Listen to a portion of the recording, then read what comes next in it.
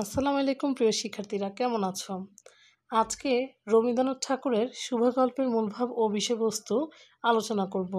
ভিডিওটি ভালো লেগে থাকলে অবশ্যই চ্যানেলটি সাবস্ক্রাইব করবে। শুভা গল্পের মূলভাব। সুভাষিনী, সংক্ষেপে শুভা। জন্মের পর কেউ ভাবেনি সে বোবা হবে। তার দুই বোনের নামের সঙ্গে মিল রেখে তার নাম রাখা হয়েছিল, কিন্তু সে কথা বলতে পারত না। বোবা হওয়ার কারণে সবাই তাকে বোঝা মনে করত, বিশেষ করে তার মা, যিনি মেয়েটিকে নিজের গর্ভের কলঙ্ক মনে করতেন। তবে তার বাবা তাকে ভালোবাসতেন।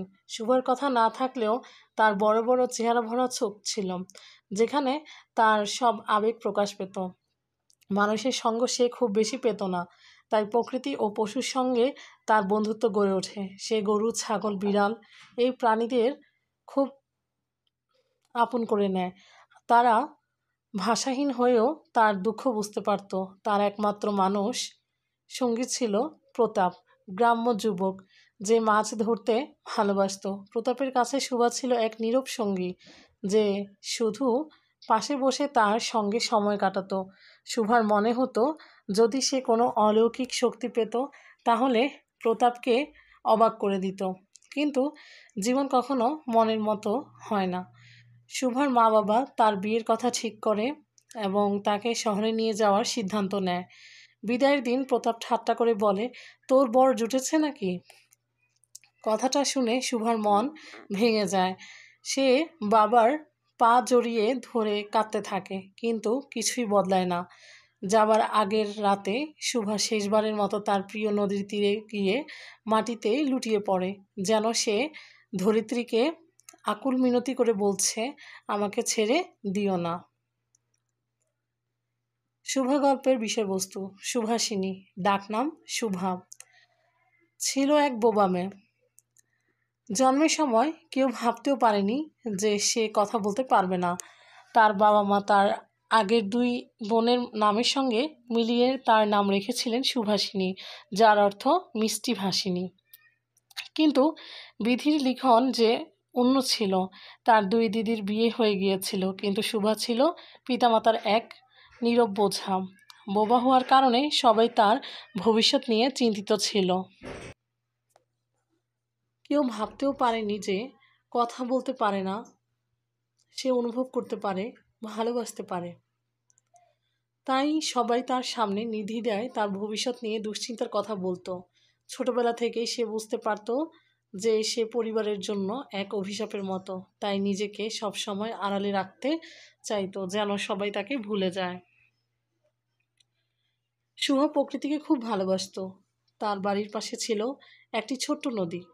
সে প্রতিদিন নদীর তীরে বসে থাকত, নদীর কলধ্বনি শুনত, গাছের পাতার মর্মর শুনত, পাখির ডাক শুনত। প্রকৃতির সঙ্গে সে কথা বলতো, যদিও মুখে কোনো শব্দ আসতো না, যেন প্রকৃতি তার ভাষার অভাব পূরণ করত। তার একমাত্র বন্ধু ছিল তাদের গরু দুটি, সর্বশী ও পাঙ্গুলি। সে কথা বলতে না পারলেও গরু দুটি বুঝতে পারত সে কি বলতে চায়।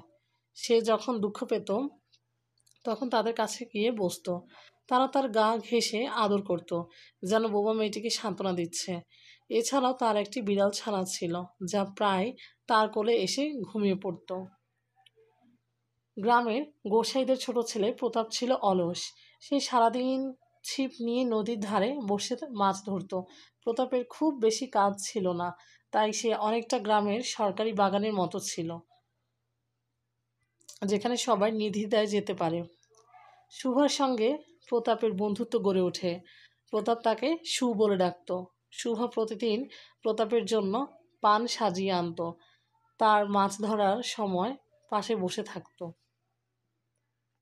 অবশেষে তার বাবা ঠিক করলেন তাকে কলকাতায় নিয়ে যাবেন, হয়তো সেখানে ভালো পাত্র পাওয়া যাবে। এই কথা শুনে শুভা বোবা চোখে সব বুঝতে পারল। সে মনে মনে জানতো সে কোথাও যেতে চায় না। সে তার গরুদের নদীর ধারে কাটানো দিনগুলোর প্রতাপের কথা ভাবতে লাগলো। যেদিন তার যাওয়ার দিন ঠিক হলো, সে প্রতাপের কাছে গেল।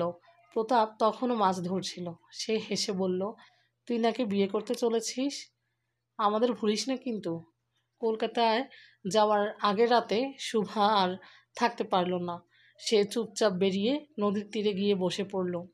সে যেন ধরিত্রীর বুকে নিজেকে সমর্পণ করতে চাইল। সে নদীকে, গাছপালাকে, আকাশে নক্ষত্রদের ডেকে বলল, তোমরা আমাকে যেতে দিও না, আমি এখানেই থাকতে চাই।